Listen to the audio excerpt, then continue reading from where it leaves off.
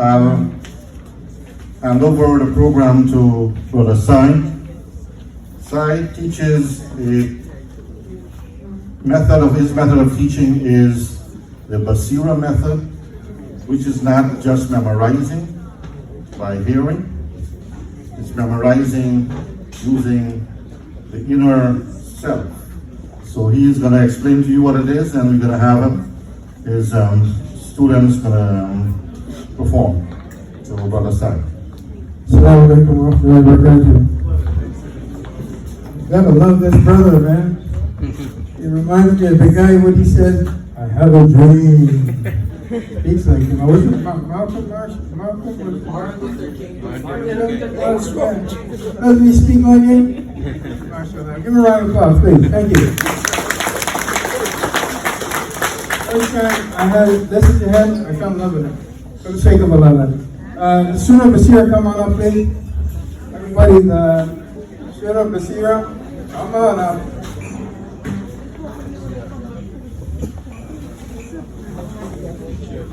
Now, some of you have been here before, and you probably had an introduction to Basirah.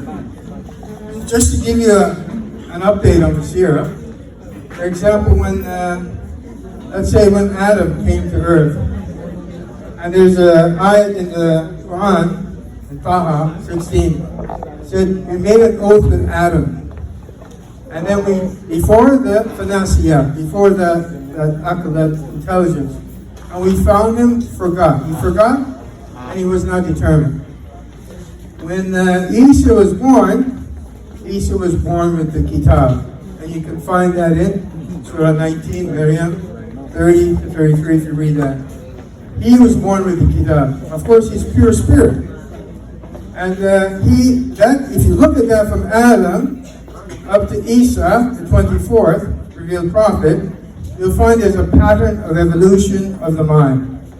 From the one who forgot his oath to the one who was born with his oath. And then Rasulullah came.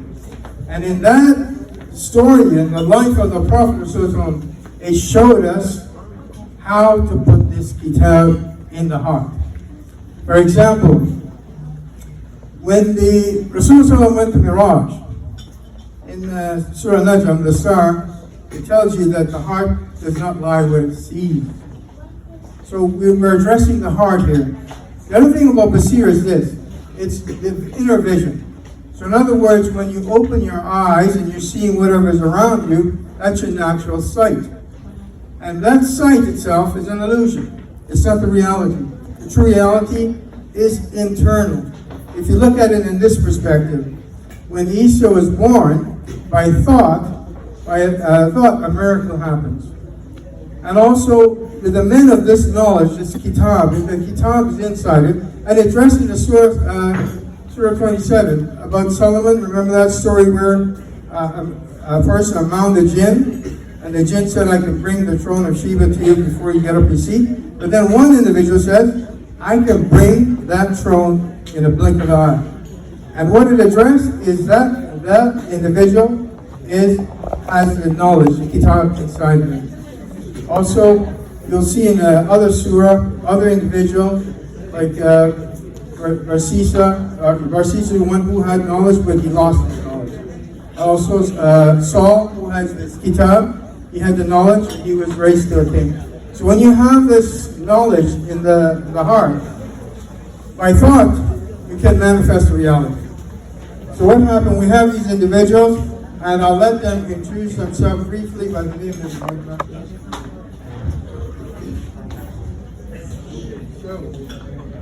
each one of them has memorized the 25 prophets by visualizing, internal vision. They don't recite it by audio memory.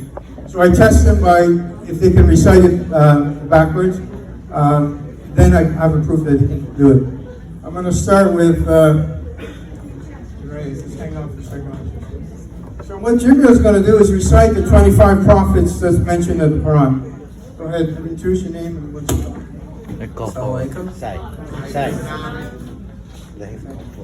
My name is Gabriel, and I'll be doing the 25 prophets of Islam. starting off with Adam, Idris, Adam, Idris, Noah, Hud, Salah, Ibrahim, Lut, Ishmael, Salah, Lut, Ishmael, and Isaac. Second page, Yaqub, Yusuf, Shuaib, Ayub, Harun, Musa, Delkefe, Dawood, Solomon,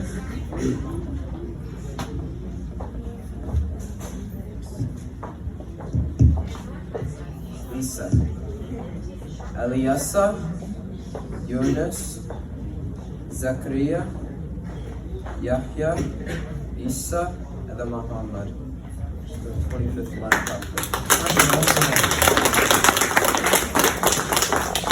One thing to know is that you notice there's mothers up here, there's no fathers. And Gabriel is the child of Miriam. So, to get to know her, she was born a Muslim, but she wasn't practicing a Muslim. And recently she came to the full of practicing Muslim, and she said she wants her children to experience things that she hasn't. She doesn't want them to go through the challenge that she has. She wants them to be better than she was growing up. And she's making a great effort. Give her a round of applause for the determination. They have just recently started the Basirah, and as you know, they were away for about a month, right? And came back, I think, less than 2 or 3 weeks. He's memorized that. His next act will be learning about the brain. Now we'll bring up, what do we have here? Introduce yourself. So this brother is going to, we teach everyone to memorize the 25 prophets. There's a reason behind it. Because Allah chose each prophet, they give us the message. If we learn about them, put our energy in them, that will come down into our heart. Tell us about the prophets. My name is Adil, and I'm going to be saying where the prophets are mentioned in the Quran. Adam 7:23, Idris 1956 to 57, 71:28, 11:56, 11:61, 14:41, 14:40 to 41, 26, 160, 164. 1954 to 55, 1949 to 50, 12:101, 12:108, 7:45, 90, no, 85, 95, and I'm learning more. Thank you very much. MashaAllah. At least child, they're just at the beginning right now. He will know exactly, if you mention a prophet's name, he'll tell you where it is in the Quran. And he'll continue down this path. Now we'll bring up, are you ready? Now when you were learning Quran, if you go around asking a Muslim, what is the Quran? You'll get different meaning behind the Quran. What is the Quran? I've done this test many times before. So what we've done is we formulate the Quran into 10 basic fundamental principles of the Quran, what it teaches you. And how old are you now? 8. 8. Now tell us what the 10 fundamental concepts of the Quran. My name is Abid, and we're doing the 10 fundamental concepts of the Quran. Starting with Tawheed, Hidayah, Risullah, Bayah, Sulay, Ibadah, Adil, Mizan, Tazkiyah, Akira. MashaAllah. Yeah. So, in any concept, if anyone comes, non-Muslim and everything, and they ask you, what is the Quran? You can tell them the 10 fundamental concepts of the Quran. And the Quran, as most people read it, they're reading it from a surah down linear. The Quran also has a different method of interpretation. It goes across. If you see a quality of believers, whether you find it in Surah Baqarah, you'll find it in Mu'min, and so forth. So what they will learn is a different methodology of understanding the Quran. And he will know, if he continues down this path, he will know where to find all these ayats. There's 6,236, and by that 10, it goes to 30, and then 500, and so forth.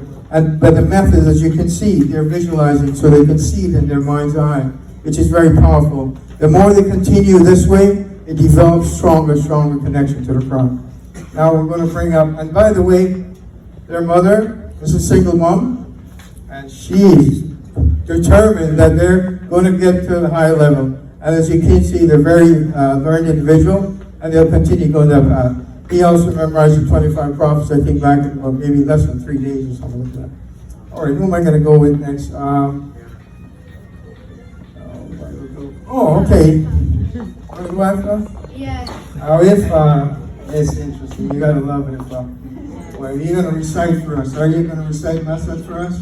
Sure. Let's recite message, and I'll ask the next question after. Okay. Assalamualaikum wabarakatuh. My name is Yeshua Khan. And Shua is Master and referred word 9. And so Master Bismillahirrahmanirrahim. Tabada bihalbi wa tabba ma outnahu memsa Rasfun dil hada mahamtuhu hamala khada fi jiablumi masad.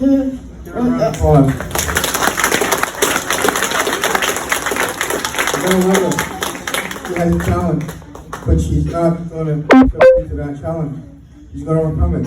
She tried. In a short time I've been with her, she's making an effort, and the understanding of the voice is getting clear. My heart is weak for her. Can you tell me what the 9 prophets? 9 1. 9 and 1. Okay. I want to 9. Adam, Idris, Lut, Soleil, Ibrahim, Lut,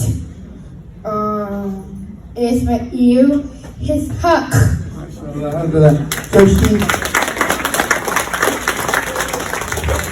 learned the prophets, and she will get it. I know she will get it. Very determined. Alhamdulillah. Also, what I want to introduce our mother. She's very determined to give her children. She has challenging children, and she's very determined, very focused, very dedicated to these children. Give her a round of applause. Al-Safraz is her son, and he has a fascination for elevators. So I told him, let's build an elevator for the 7 levels of Jannah. And he has done so, and we actually experienced going in imagination elevators. Can you recite the 7 levels of Jannah? Assalamu alaikum. My name is Afraz Ibrahim Khan. Today I'm going to start with the Mawa, Khulu, Maqam, Sarab, Naim, Ayan, Firdaus. Then we're going to start from Firdaus, Ayan, Naim, Salam, Maqam, Khulu, Mawa. MashaAllah, alhamdulillah. Give him a round of applause. If he does it backwards, because that's the only you can do when you see it. Right? And his recitation, you haven't heard it yet, but you did hear it earlier, keeps improving. And all because of the mother. And like I said, there's no father up here. You don't see any father. I'm not shaming any father, but it's an example of what we're experiencing. The other thing to know about this thing, when Isa was born, he wasn't born with a father. There was no father there. So the interpretation is, the father is the one who carried the disease. Because Isa was born without the disease. Abdullah. Okay, who we're going to do next? Let's do some, Who do you want to do? You tell me. Okay, we're going to do Rihanna. You're the boss today. Okay, so Rihanna, what she studies is scholars. And they don't teach you this in school. But most of the things you see, even that simple phone, came from Quran. Algebra, algorithm, and 2 ayats interpretation created this algebra. And let me ask, you know the pairs, where we're to find the pairs? 51, 49, 2 ayats, an individual learning Ta'wil, the interpretation by symbolism. Study these ayats. Everything's created in pairs. What you know and what you don't know. And the female and the male has a pair, understanding concept that drives deeper, even from understanding the sun, the north, the south, the east, the west, the brain, the akal, the brain and the heart. So by that concept, if you go into a Ta'wil interpretation, and just understand, tafsir, tanzil is what the Prophet had brought down to him. Tafsir is what the scholars give, and most of the scholars, you see them, they talk about what we call the surface knowledge.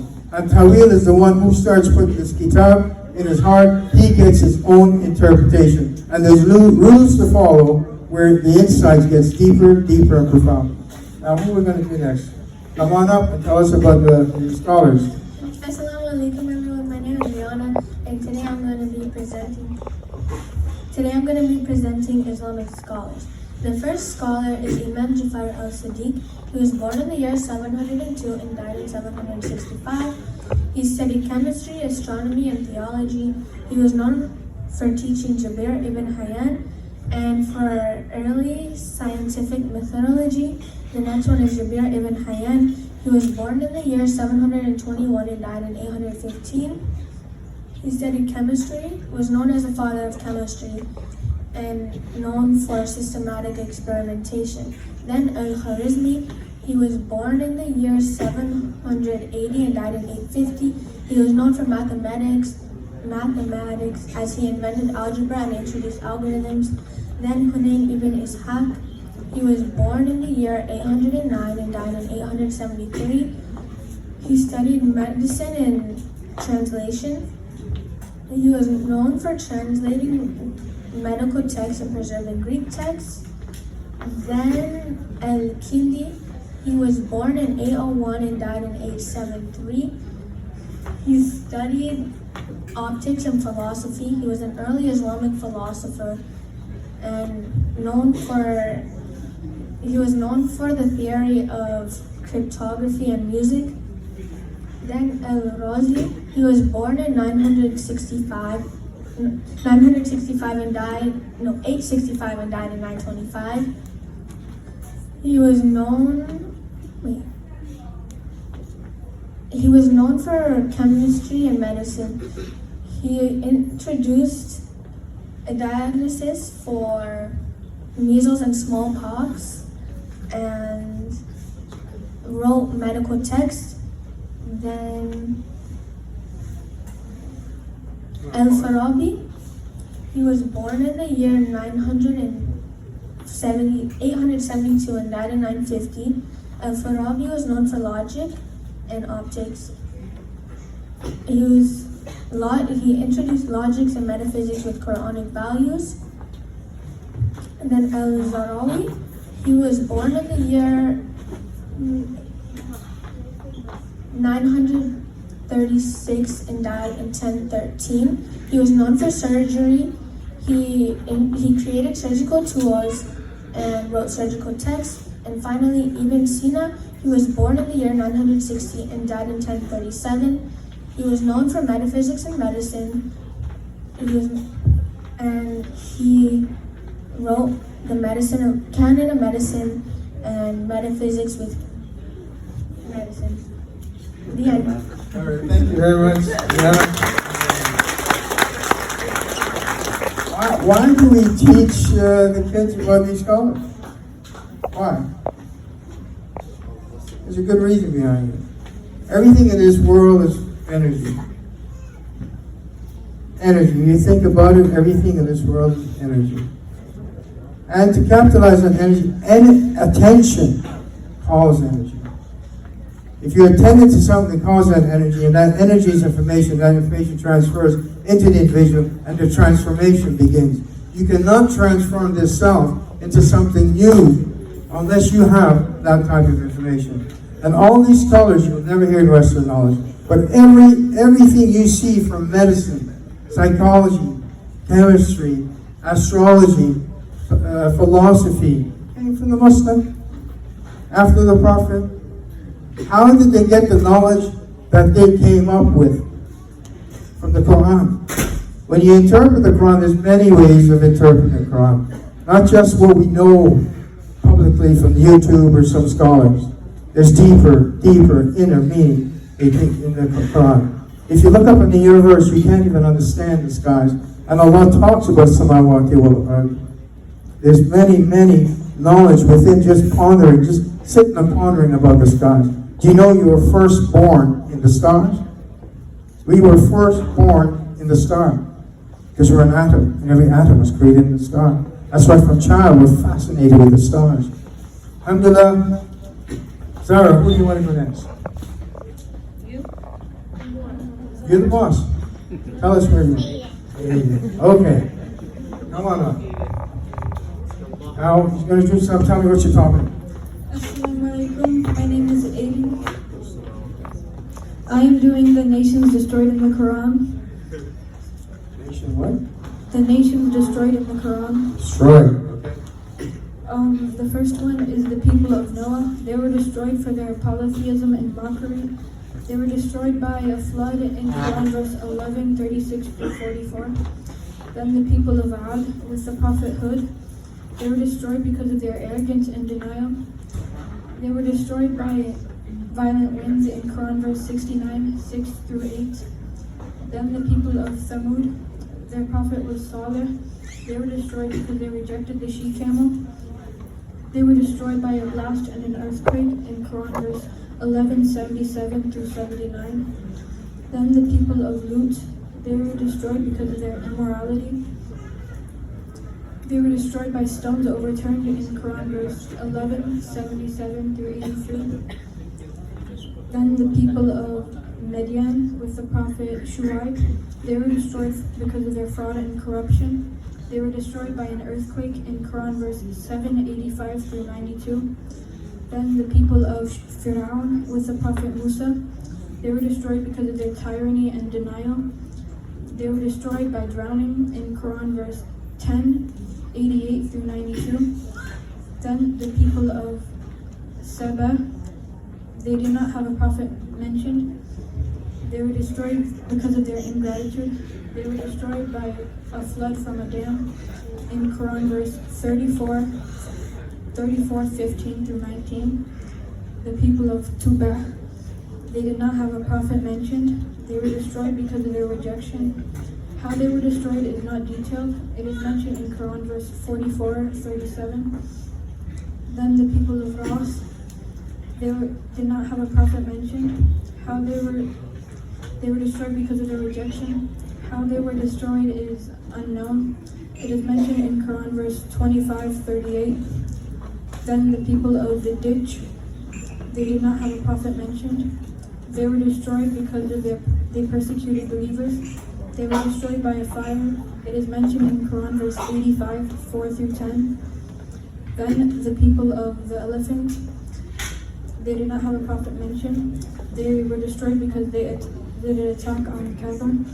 They were destroyed by stones from birds in Quran verse 105, 1 through 5. Then the people of Bani Israel, their prophet was Musa. They were destroyed because they broke the covenant. It is mentioned they were destroyed by an eighth curse. It is mentioned in Quran verse 265. And last, the people of Antioch, they had 3 messengers not mentioned by name.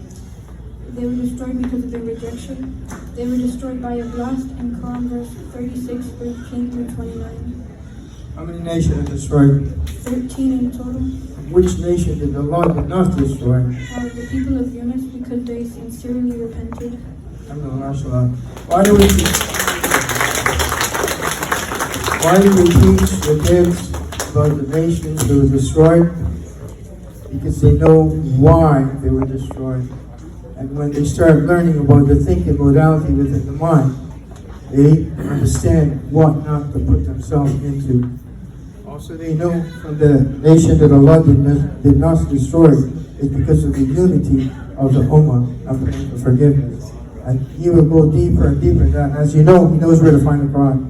And anybody who wants to know where to find the Quran, they can ask him. Zara, who's going next?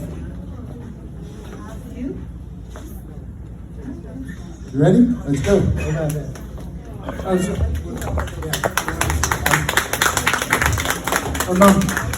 Okay, go ahead, tell the topic. Okay, so Zara is gonna go over some small animals mentioned in the Quran. All right, Zara, which animal is first? The ant. And what is the word for ant in Arabic? Okay, we'll come back to that. What is the second animal, small one that we studied? The bee. Good job, mashallah. What is the next one after the bee? The spider. Good job, Zara. And what is after the spider?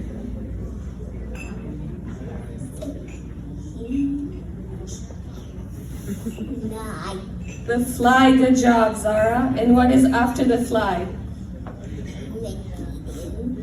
Mosquito. And Zara did not know what a mosquito before she started studying this like 3 weeks ago. What is after the mosquito?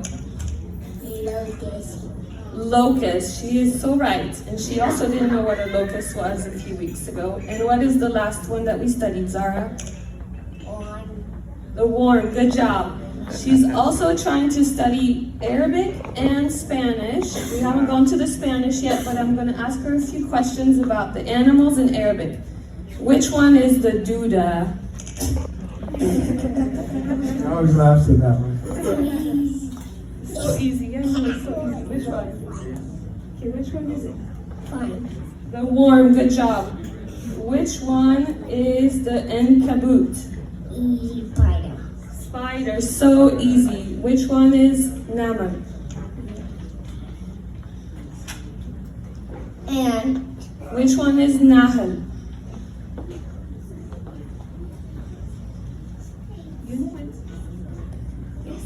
bee. And the last one that we learn is the namus.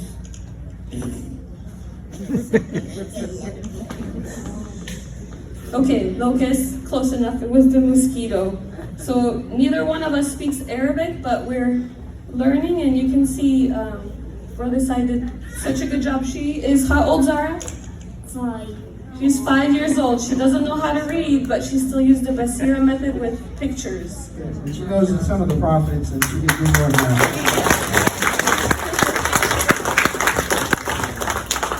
Just in a few short time, you've learned a lot using the Basirah method. And many born Muslim cannot do what you've done. Now, again, as you see, and I'll say it again, there's no father up here.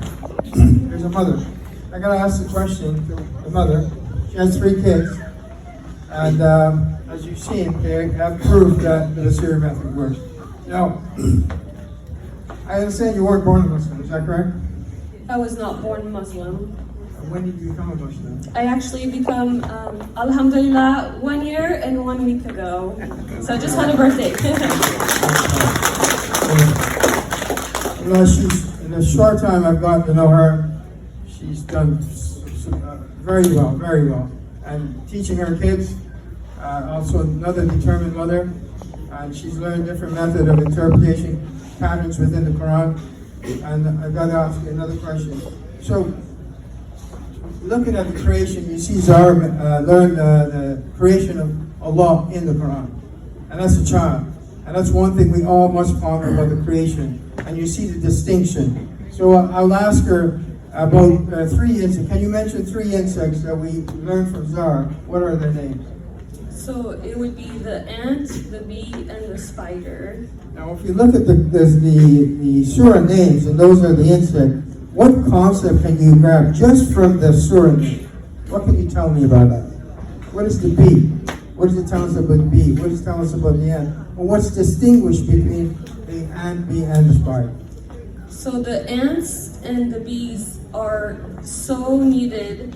Actually, when we were looking with Zara, we studied about them a little bit. Without ants, as much as we love ants in Florida, they get in our kitchens and everything. Without ants, we would actually not have fruits, vegetables, because they dig tunnels for the roots of these plants for our food. The bees give us the medicine. The one food that will never expire is the honey. And Zara learned where the bees, hide in the mountains, in the rocks. and then the spider kind of like, ew, and actually it's such a scary kind of animal for most of us. If we see one, we start freaking out, but the ant has the most delicate home, although it may be scary, and actually protected the Prophet, peace be upon him. It is such a weak home, and it's, of the three animals, it is the one that will eat its mate, it will eat its child for survival. That's a spider. And on set, if you look at the spider, it lives alone. It can eat its mate, and it can eat its child. And that's a huge distinction. Last night we had a program on Russia with the police, Paramount Police, and you know, there's a lot of media information about people getting detained because of immigration and so forth. So we wanted to explain how to be proactive, preventative, and avoid detention and so forth. We gave a great presentation. One thing we can relate to that justice theme that we did last night is this. Justice brings unity. Unity brings prosperity. And in the ant and in the bee, you'll find that the individual will sacrifice itself for the greater of the community or the colony. And in Islam, Allah put these things in the Quran so we ourselves can mimic the bee and the ant to sacrifice ourselves for the greater survival of the Ummah Rasulullah. The spider itself builds the weakest of home. It's in the Quran. So if you're alone and trying to do your own amal, think you're doing well, think again. There's also a hadith about the one who was destroyed. He was the only worshiper, and everybody was not a worshiper, and the whole individual was destroyed, and starting with the one who was worshiping by his own.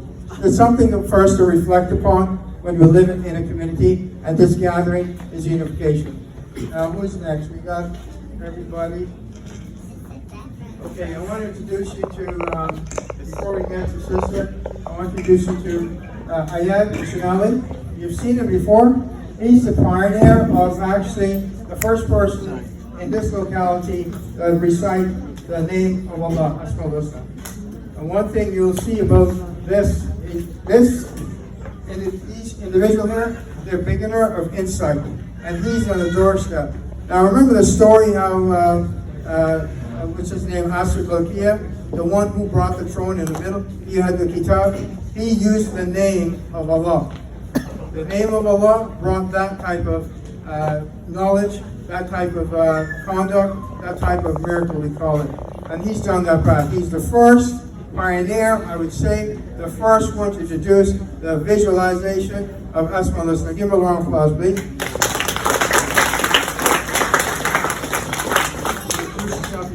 Give a brief about yourself and how that Basirah helped you. Hello, assalamu alaikum wa rahmatullahi wa barakatuh. My name is Ayad Sinali. I'm 14 years old. I've studied the Basirah method to memorize the Asmaul Husna, which is the 99 names of Allah. I presented all 99 of them. The Basirah method is an incredible method because it allows you to actually see something. You know, you may use audio or see something, but you may not actually be able to actually visualize it and keep it there. This is an important method because it can help you in not only just memorizing things, you could apply it to school, work, or even memorizing the Qur'an, because like all the individuals before me, they have performed, you can see all the different things that they have presented. All this is important because it helps us increase our iman, become better Muslims. So this method helped me to memorize the names of Allah and get me closer to Allah. So I want to thank Brother Said. Thank you for teaching me the Basirah method, and inshallah may all these other people continue to work and become better in the method as well. Thank you very much. Thank you very much.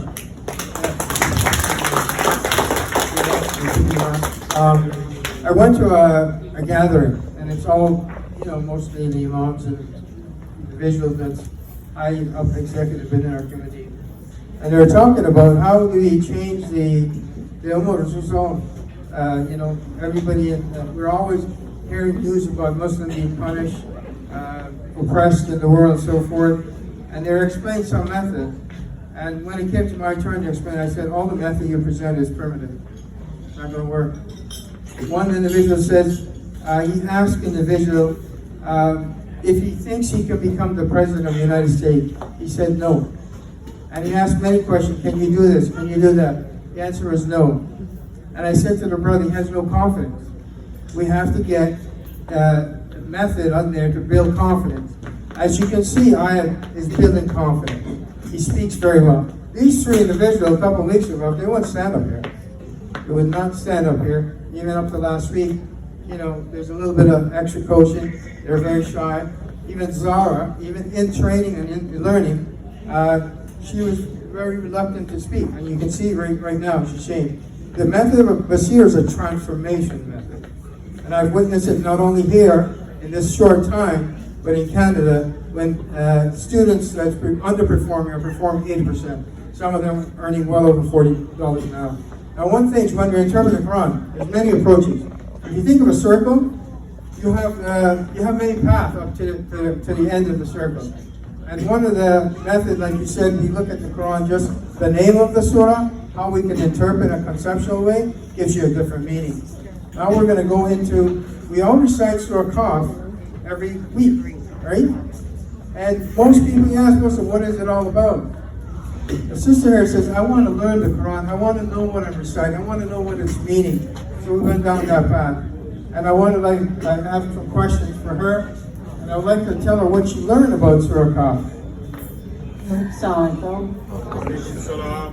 My name is Sister Tasmini, and every Friday, my son and I actually read Surah Qaf.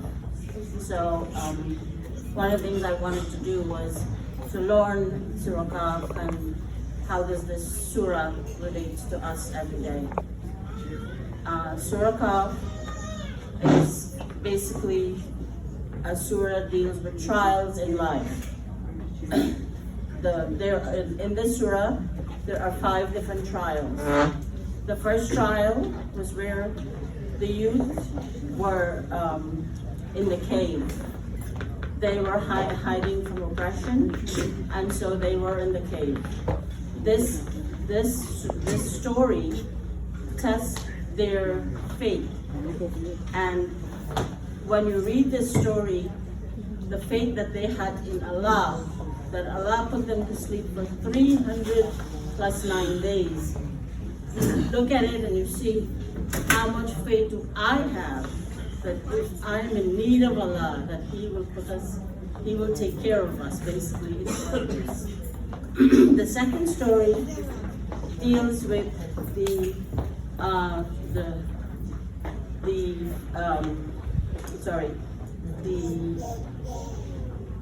wealth.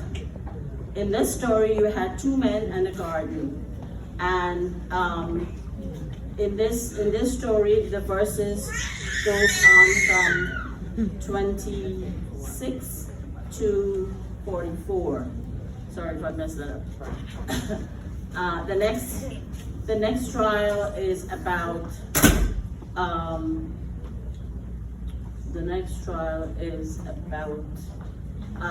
when Allah subhanahu wa ta'ala asked Iblis to prostrate to Moses, and this has to do with arrogance. I'm a little bit frazzled. So this has to do with arrogance.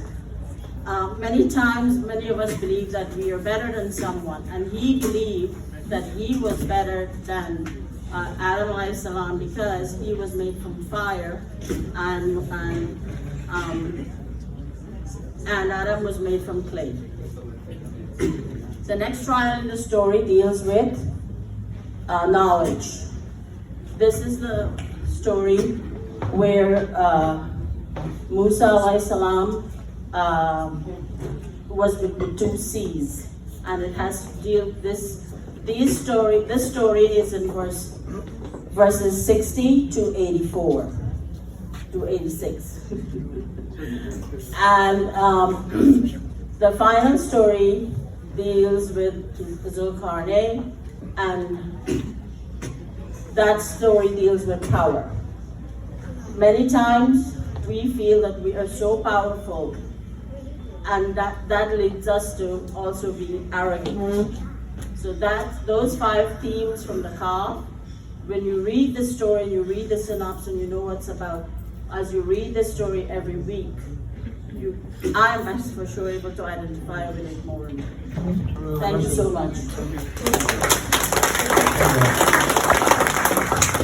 So you'll witness that there's many different themes within the Quran that each individual took a topic. And they actually asked them to choose their own topic. And that's what they delivered today. And the sister learned the 25 prophets, and she, believe it or not, at first she think, I can't do this, I can't do this. But alhamdulillah, she's done the 25 prophets. She even surprised herself. And now with this theme of Qaf, as you see, she struggled through it, but she's determined. And she's going back into her visual mind. It's not easy when we're at this age to train the brain, and it is in the right brain. And she's done very well. In my group, I'd like you to give them a big round of applause. We have some syrup cake, and each one of them is going to get, the children that is going to get $25 gift card. Thank you very much.